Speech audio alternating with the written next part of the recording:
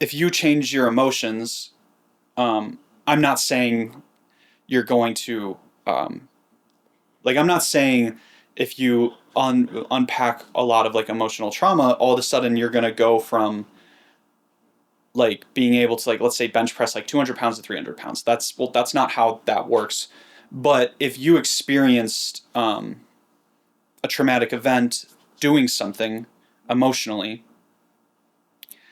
your body will limit degrees of freedom in something in an effort to self-preserve. Which is the same that occurs in the subtle energetics. So an example would be like a sports performance anxiety. Right. How like somebody has no longer able to throw as hard, or maybe they can't run as fast as they once were, is because emotionally this traumatic event happened and the body is self-limiting from a degrees of freedom standpoint. Right. So it does not re-traumatize itself. And I'll give some energetic examples. Let's say somebody was super intuitive as a kid and they could get pictures of what might happen. I just had somebody ask me a question like this, and then it shuts down because they got negative feedback for it. It's that gift is now limiting because it did not help them survive or fit in with the family system. Sure. And that's kind of an extreme one, too. It can help like show the point that you're trying to get at, but it shares that. And I guess now we get into in dynamic systems and the constraint-led approaches. So the analogy I wrote about earlier today is, so now we're going to get into what are called attractors and movement solutions. So the way I describe it is think of like a house in a tall grass field, and you have a lake, and then in this tall grass there's a well. Okay. You've had to get to your house every day from work. And originally when you got there, you walk through this tall grass field, you walk through the grass goes down for a second, pops right back up.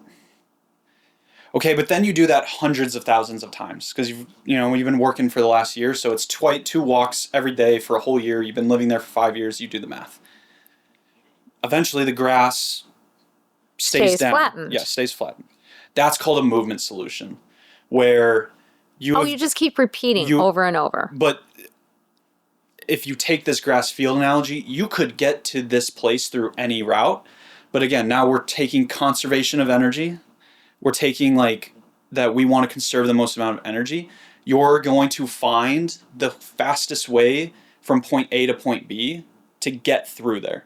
You have solved a problem to go from your car here, maybe the house is here, and you have to get around through that way. Right. Okay.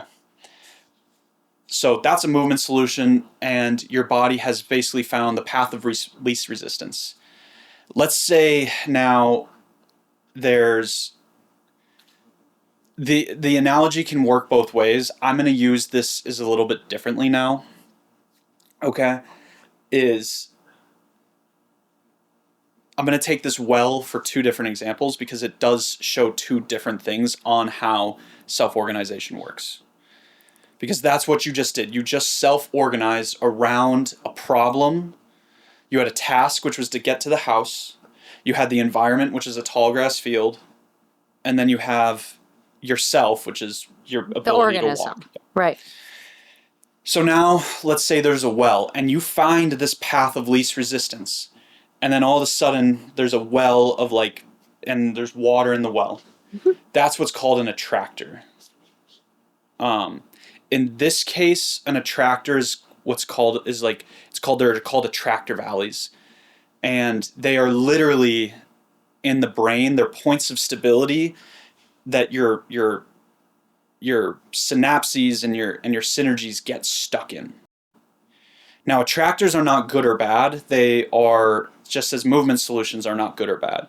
They are part of a self-organized system to find points of stability because, again, how much emotion do you feel and movements and capabilities do you have from those emotions? Your body has to find ways to find points of stability, so it creates those attractor valleys. Now, in this case, this could be like a traumatized person that's created a attractor valley that is no longer serving them because they cannot get around it.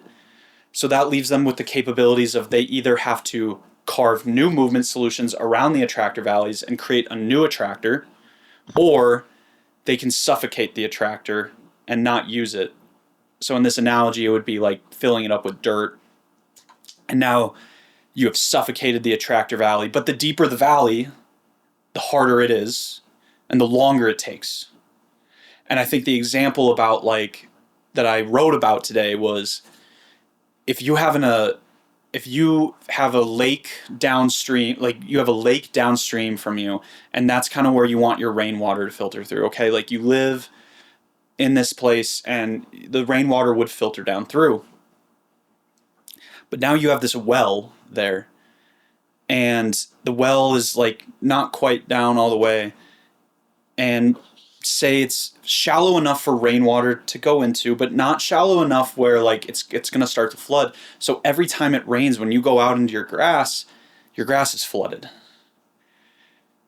You know, because the natural flow of movement is being pulled in to this point of safety, or really, I should say, point of stability, and that's not serving anymore.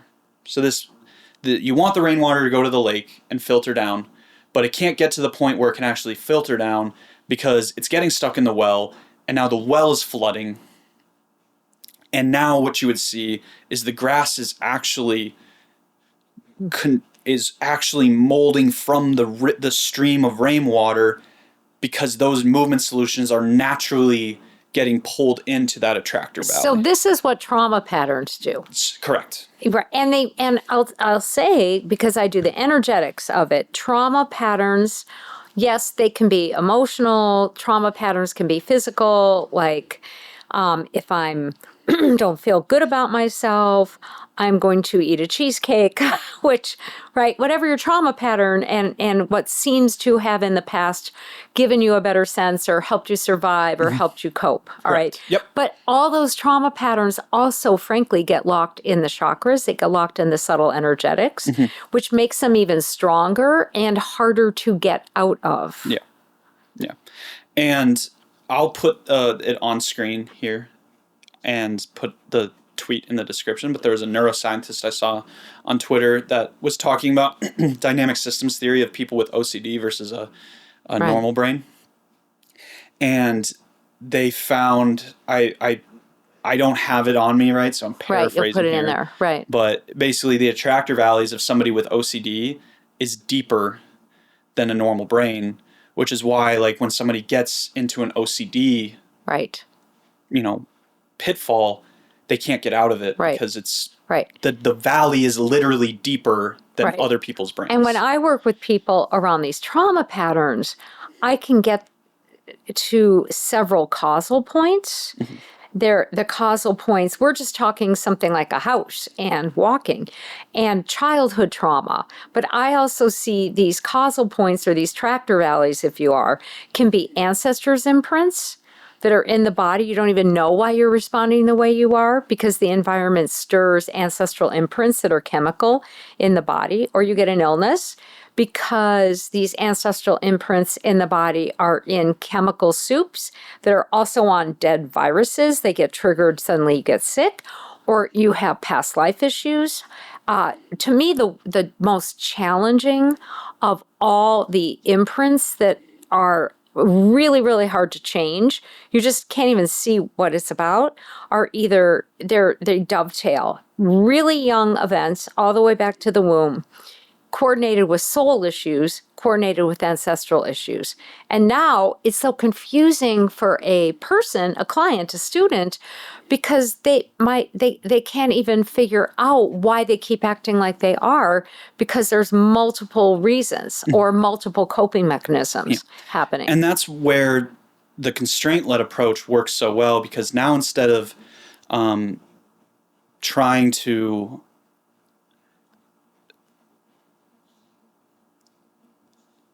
because the flaw in a lot of systems is thinking that we work based off of active memory, when our system would be too slow to react to life with active memory. Yes, it's not active memory. We're aware of sometimes how we're acting, but it isn't really present day. The brain hasn't even fully engaged.